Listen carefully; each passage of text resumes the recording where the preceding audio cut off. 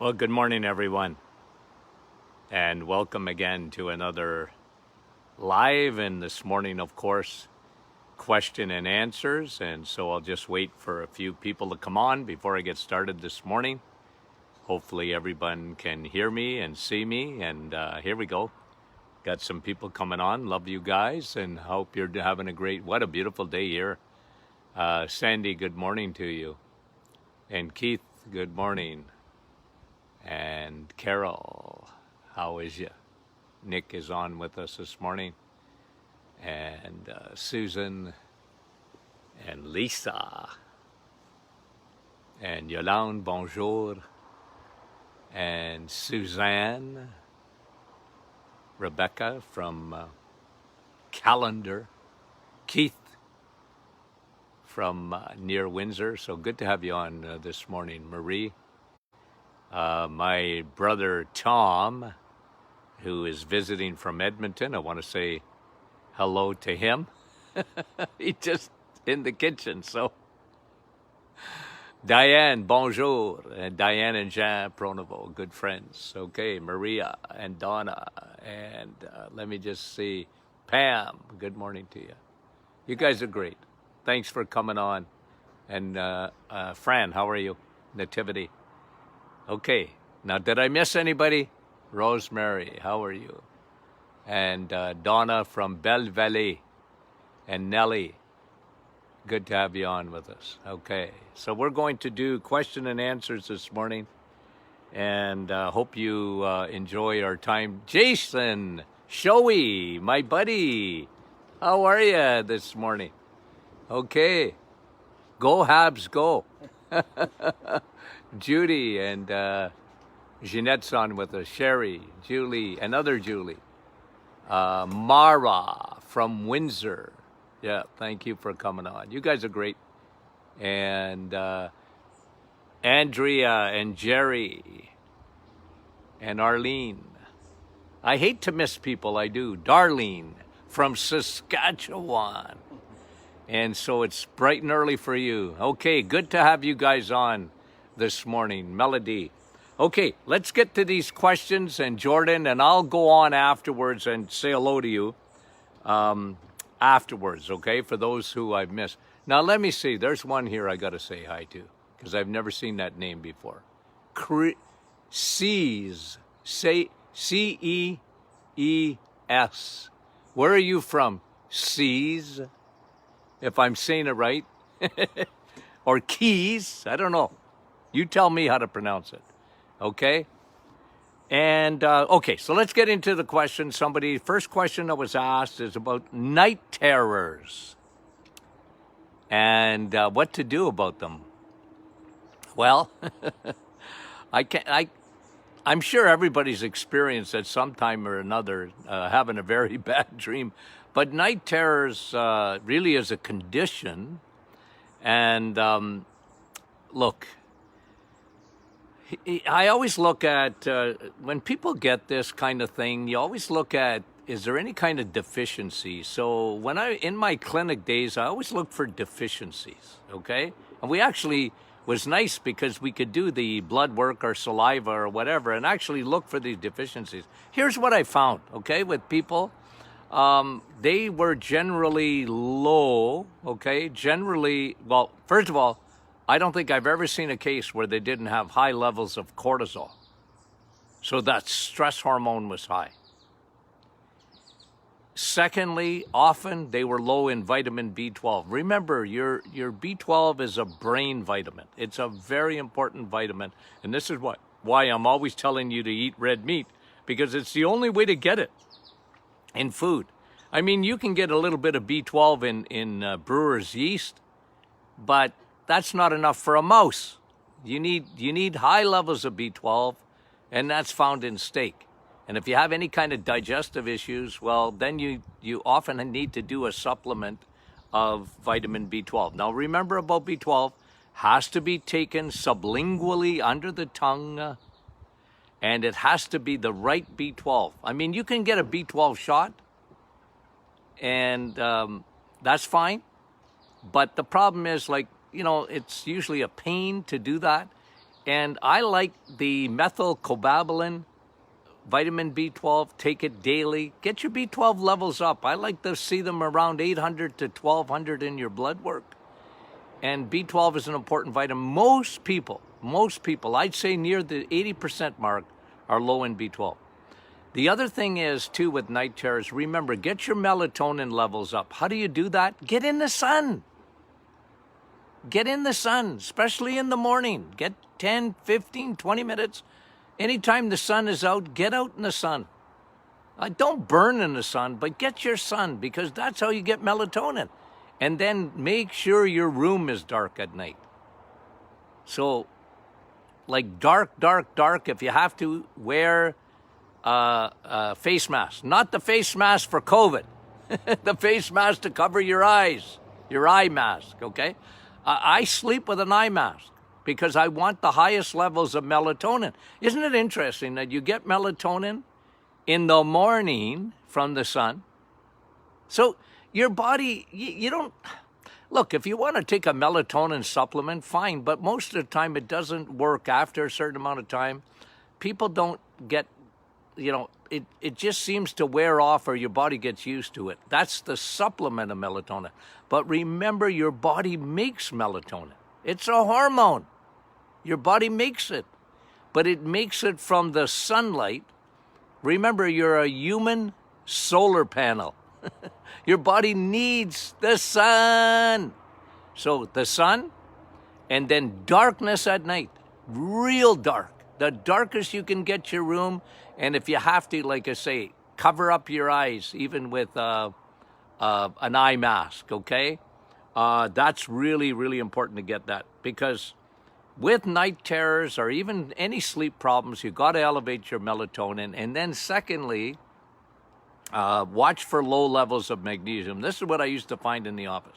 Low levels of B12, low levels of melatonin, and low levels of magnesium. Very good question. Thank you very much. Somebody was asking about, you know what, I should have wrote the names down. Well, hold it. I have it here. I'm going to go through the names. So I'll tell you who asked me that. I have it here on my emails. Okay, so the first question was asked by Joy. And Jan is asking about Himalayan salt. When you cook with Himalayan salt, and I hope you do, the question is asked, do you lose the nutrients when you cook it? Nope. And just to be sure, use it on the food after when you eat it. There's nothing like Himalayan salt. Why is that? Well, because it has 84 minerals in it. It's so good for you. And salt is good for you. You know, salt has got a bad rap. They blamed salt for what sugar does, okay? Now, that's not my dog, by the way, if you can hear it barking. That's the neighbor's dog. Okay, so, Jan, no, you don't lose your salt, okay, when you cook Himalayan salt.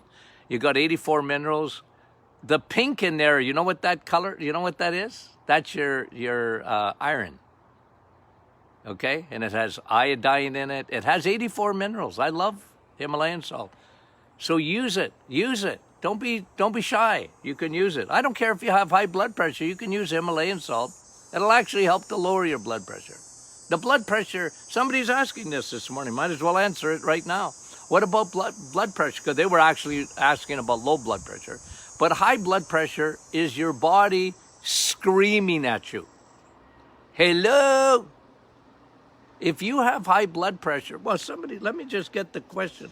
I think they were asking about, there was two questions on high blood pressure. Let me just get to it here in a second here.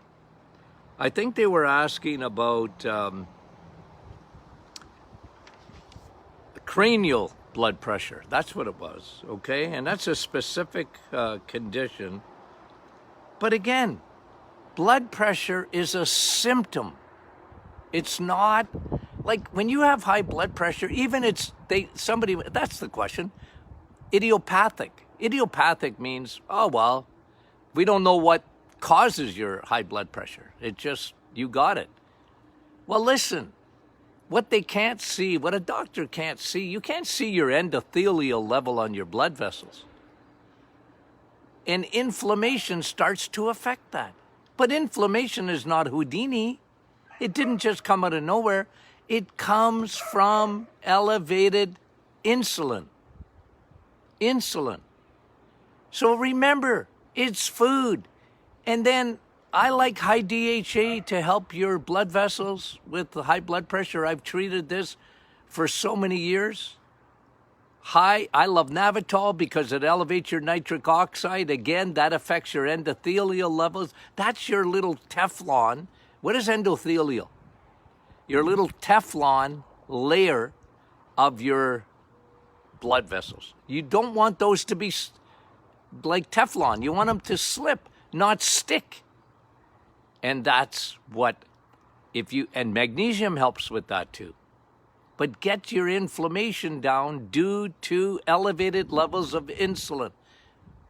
You know what? It's insulin, man. It's so important to get that. And the other question was on low blood pressure. Well, the low blood pressure is often, you have to look what's causing it. Generally, what I find, it's the thyroid. It's low levels of thyroid. And you know what? You know me, I talk about this all the time. Thyroid is a very finicky organ. It's a puppet. The thyroid doesn't act independently. It's a messenger. And so if you have low blood pressure, you're lightheaded when you stand up fast. That's low blood pressure. That usually comes from the thyroid. And another factor that affects the thyroid is the adrenal glands. The adrenals is your stress glands. And if your cortisol is high, you're not converting T4 to T3 properly, that will slow your thyroid down. That can give you low blood pressure, and we talked about it yesterday. It can give you hypoglycemia, low blood sugar too. So watch your diet, of course. Look out.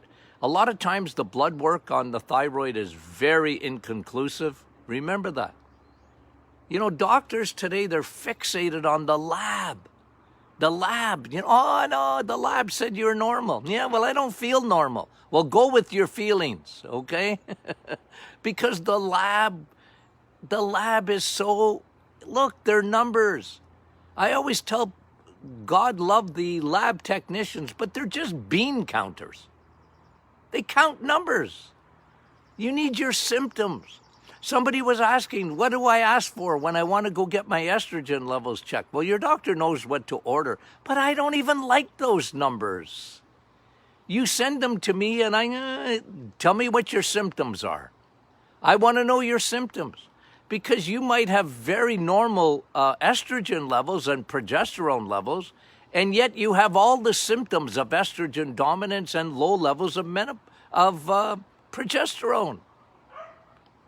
And I tell people, well, your symptoms override the lab. Thousands and thousands of women, especially, have come into my office over the years with very low functioning thyroid, and their blood work was within normal limits. Remember, ladies' lives matter? Well, your life matters, and a lot of times it's hormones, and thyroid can play major tricks on you. So I'm not saying don't get the blood work. I'm telling you, don't rely on the blood work. Rely on your symptoms and fix those things. There's always a cause to it, okay? Very good questions. I appreciate it very much. DHA, they're asking about it for kids. Well, yes. Your brain is made up of DHA. And when I see an autistic kid, when I see a kid with ADD or ADHD, they're bouncing off the walls and they can't focus, I change their diet, and kids are smart. You know what? I tell you, kids are very intelligent. You just have to have grandchildren to figure that out. No, kids are smart. They listen. You think, oh, they're not even paying attention. Nah, they're pretty smart. They're listening. I used to in the office, I used to grab their little faces and say, listen to me, Linda. It wasn't always Linda, but you know what I'm saying. Like I used to say, listen now, are you tired of getting in trouble at school? Yeah. You can't focus, whatever. I said, okay. Now, I'm not going to get you to do 100 things, but I'm going to get you to do a couple of things. And mommy and daddy, they understand this, and I want you to understand it. You see that sugar there? You see your cookies and your ice cream and whatever? Not too much. I'm not saying don't have any. You're a kid. But don't live on it. You have that first piece of pizza? Okay, great. The second piece, just eat the toppings. And make sure you eat a lot of meat. Okay? Eat the toppings. Leave the crust there, because that's going to be sugar in 5 seconds. That's going to go right to your brain, and your brain loves sugar. Not that it's good for it, but your brain is a teenager. It wants sugar. Because if you give it fuel, it doesn't matter what kind of fuel you give, your brain will suck up the big portion of it. Because your brain is headquarters. So you see, for kids, their brain is made up of that good fat, DHA. Somebody said to me the other day, oh, why do you always talk about DHA? I said, because I'm a fathead. That's why. Someone calls you fathead, take it as a compliment. Your brain is made up of fat. So you want to, those neurotransmitters, and you know what I get kids to? I get kids not only on DHA oil, I have to give them the oil. Okay? Because I want to give them therapeutic doses. I change their diet, I give them therapeutic doses of DHA, and they do really well. They do really well. Kids change that. It's amazing what happens to them. Now, you don't have to necessarily, I'd rather you eat your DHA if you don't need it for kids, okay? Because it's not easy giving them oil. But listen, if they're autistic or whatever, they need to be sliding out of rooms. They're taking so much of that DHA. So good for them. I've had teachers literally phone my office and say, I want to talk to Dr. Martin. Teachers. And they say, I don't know what you did with that kid. Well, what a difference. And I tell the teacher, I say, man, I changed their chemistry because of their diet and whatever. These are just canaries in a coal mine, these poor kids. And we see so much more of it today. And they're carboholics. And they're how would you like consuming 200 pounds of sugar a year? They don't even realize it. It's in everything. So their brains get affected. And of course, I'm big on probiotics, you know that, because leaky gut, leaky brain. I've never seen an autistic kid, ever, not once. Never seen an autistic kid didn't have severe leaky gut. Mommy was on antibiotics or whatever, or antibiotics within their first 2 years for ear infections or whatever. They start a leaky gut, then they start a candida fungus, yeast, and the yeast goes up to their brain. I'm telling you, I've never seen exceptions to it. They had enough yeast coming out their ears. So you don't feed the bears, don't give it sugar. And then you can kill the yeast by probiotics. And, you just make the kid understand that. It's not your fault. I tell them it's not your fault. Okay, so, and by the way, let me tie this one in because it's another question. What about chelation? Somebody was asking about heavy metals. Well, that's another thing. We used to test in the office for heavy metals. Mercury, lead, cadmium. I tell you there's heavy metal, but you know what? I never seen heavy metals in a person that didn't have leaky gut. So probiotics is a great chelator. You know what a chelation is? Chelation is just literally like Velcro. And it attaches to the heavy metals. And it takes your heavy metals out of your body. And we're surrounded by heavy metals. Mercury, it's in high fructose corn syrup. I tell people, don't worry about fish. Because a lot of people, oh, fish, that's where you get mercury. No, it's from high fructose corn syrup that they put, it's made in a laboratory sugar that they put into everything from your ketchup to your bagels to your cereals to whatever. Even salad dressing with sugar added. They're using high fructose corn syrup and then they lie about it. They call it another name, but they're always using that cheap sugar that was made in a stinking lab. And guess what that does? It has heavy metals in it. Mercury, for heaven's sakes. Ooh, I get uptight because people don't know that stuff. And we're being poisoned, slowly poisoned with foods. And you know, I know we don't live in a perfect world and you'll never get perfection on this side of the planet. But guys, you know, you do every bit you can. And so chelating is meaning you take it out. That's why I have a section in my new book on glutathione. What is that? Okay, glutathione. Well, it's 3 amino acids. Okay, doc, what's that mean? Okay, all it is your body makes glutathione. When you eat eggs, meat, and cheese, your body will make it when you eat the right foods. And glutathione is like Velcro. It flows through your bloodstream to take out your heavy metals and help you to get rid of yeast. And you know me about the liver. I don't know how many, I will repeat this till the cows come home. Your liver is your detox organ. And your liver will work perfectly when you empty it. It's a suitcase. Unpack it by lowering your carbohydrates and your sugars. Because sugar, look, think about, somebody asked me another question. Good, I'm hitting a lot of questions here. Somebody asked me a question about alcohol. Where does it go? 100% whoosh, to your liver. In a nanosecond. Alcohol turns to sugar in your liver in a nanosecond. You're filling your liver up. That's why you get cirrhosis of the liver with alcohol. But you know what? The biggest problem is not cirrhosis. The biggest trouble is fatty liver from sugars and crappy carbs. They're stored. So empty the suitcase.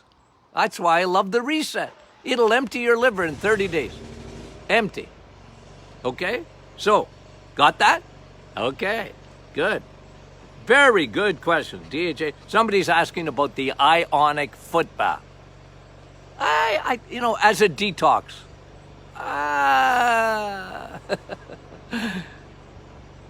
I'm not telling you don't spend your money on that, okay? So don't come after me, please.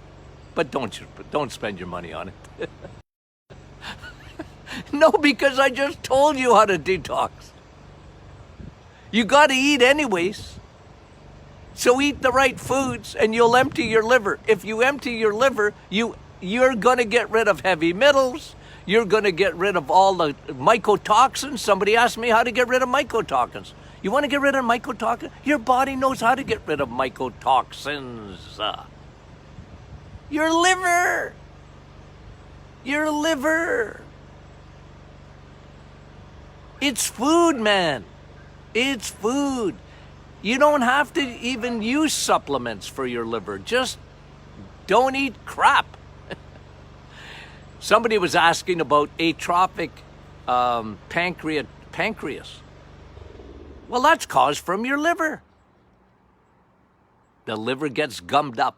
The liver is full of fat. Get rid of that fat in your liver, guys. It'll save your gallbladder. It'll save your pancreas. They work together. The Trinity. They do. They do. You see, and that's the key for your triglycerides. So even your liver is your key for your heart.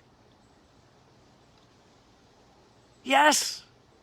Because when your liver is full, it's sending that fat that is made from crappy carbohydrates and sugars, it sends it into your bloodstream as triglycerides. triglycerides. 3 triglycerides, fat. 3 fat balls. 3 fat balls is very dangerous in your bloodstream. Unless you have high DHA. Not DHA, for heaven's sakes. High cholesterol, good cholesterol. HDL. I'm a senior. I get to make mistakes.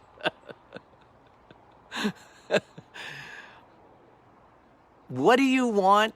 You need good cholesterol. Remember, those are the FedEx trucks, the Canada Post, the U.S. Post System, UPS, on the highways of your blood vessels, getting rid of triglycerides. Guys, you do this with food. That's another reason to take DHA. If your HDL is high density lipoprotein, big words. You know what? Drives me mental. Medicine couches everything in big words. People don't understand what they are. My job is to simplify that for you. So, you see what I did with triglycerides? 3 fat balls. HDL, that's good cholesterol. And Dr. Martin, what about LDL? I don't care. LDL, what's it mean? Oh, I gotta get my LDL down. Who told you that? Oh, my doctor. Well, your doctor. It's a medication that gets your LDL down. A cholesterol-lowering medication. Why do you want to have low cholesterol? Can you, for heaven's sakes, you need high cholesterol in your body.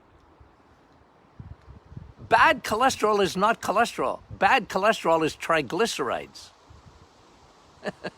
That's the dangerous one. And it all has to do with that ratio between your triglycerides. And remember, don't aim for your heart, aim for your liver, and that'll fix your heart. Isn't that beautiful? You fix your liver, you fix your heart. I think I'm going to make up a song. You fix your liver, you fix your brain.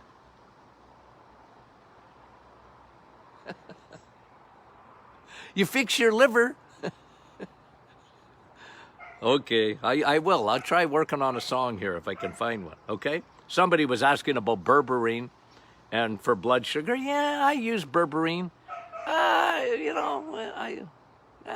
On its own, no. Look, blood sugar, first of all, is food, okay? So any supplement, you're never going to out-supplement a bad diet, okay? So let me, look, guys know me, I have a very good insulin formula. I've used it over the years with thousands of patients, and I use it, but it's in adjunct with the diet, because you can't just take insulin and stay on a bad diet. It's going to eventually, you're on the Titanic. You're going to hit that iceberg, man. You got to change course. So nothing will replace a bad diet. I'm sorry. Supplements I love, you know that. But you gotta get the food right. It's the key. Food. You gotta eat anyways. You have to eat anyways. You might as well eat the right things. Okay. I answered that. Okay. Oh, somebody's asking about diverticulosis. And can it be healed? Yeah. It can be. Diverticulosis are little pouches, usually on the left side of your transverse colon, and they're little pouches caused by chicken and salad. You women. Why do women get diverticulosis more than men? Because you like your salad and your seeds and your nuts. Ah, Dr. Martin, they're so good for me. No, they're not. They're overrated. Spinach, guess where it gets caught? In your teeth when you eat it. So don't eat too much of it. Don't live on it. because it sticks in your gut and it starts to form little pouches. Yeah. So how do you heal diverticulosis? Number one, numero uno, probiotics.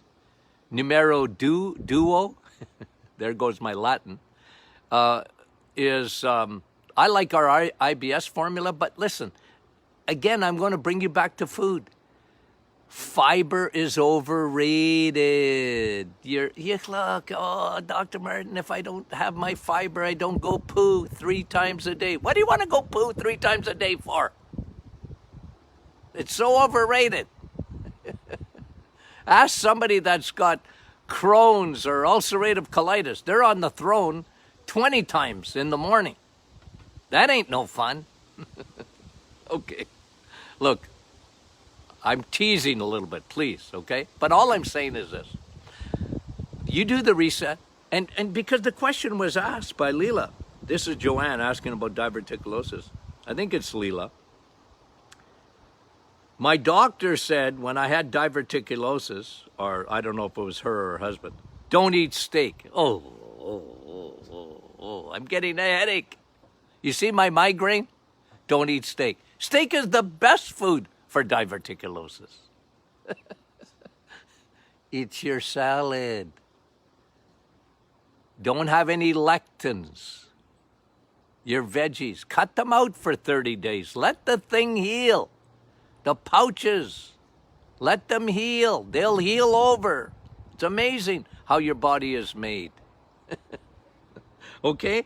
And then, like I say, you absolutely need to get the lining of the gut better by taking, the biggest thing is the probiotics. I love the IBS with the mucilages that coat, and even bone broth. Bone broth is great for diverticulosis. So either make yourself a bone broth, and if you don't, get a bone broth. I love bone broth. Why? Full of collagen. Full of collagen. My brother yesterday was telling me about his Chinese wife, and they love the bone. They love the gristle on the bone. I said, well, that's collagen. That's how you make bone broth, man. All that collagen is so good for their gut, good for their skin, good for their brain. They're smarter than we are. People, I'm not going to eat that. Well, it's good for you. But that's why I love bone broth, because it's full of L-glutamine. You know what L-glutamine is? It's an amino acid that helps to restore your cells within your gut. It's so good for you. And this is why I talk about that all the time. Oh, testing for estrogen. And again, let's go back to the blood. Look, if you show me a test for estrogen, what numbers am I looking at? I'm not. No, seriously, you can send me your blood work. You know that. I will look at your blood work. I'll give you my 2 pennies worth. But here's what I'm telling people. When it comes to hormones, I don't really care about those numbers so much. I really don't. I want to know what you're feeling. What are your symptoms, okay? But thanks for the question. Thanks for the question. Okay, let me just see if I have any others. Oh, here's a good question. Here's a real good one. Sent in by, I think it's Brianna, but I could be wrong, because I can't even read my own writing.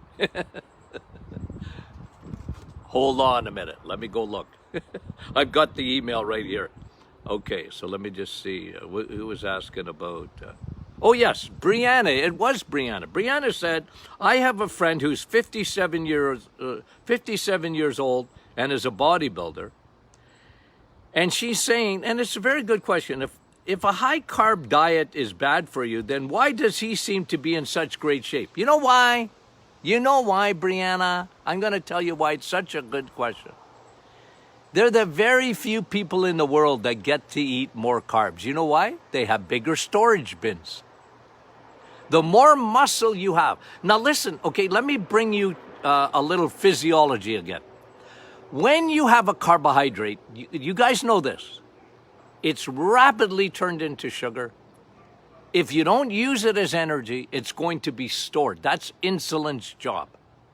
So insulin either stores it in your liver, in your muscles, or it will make 3, fat cells.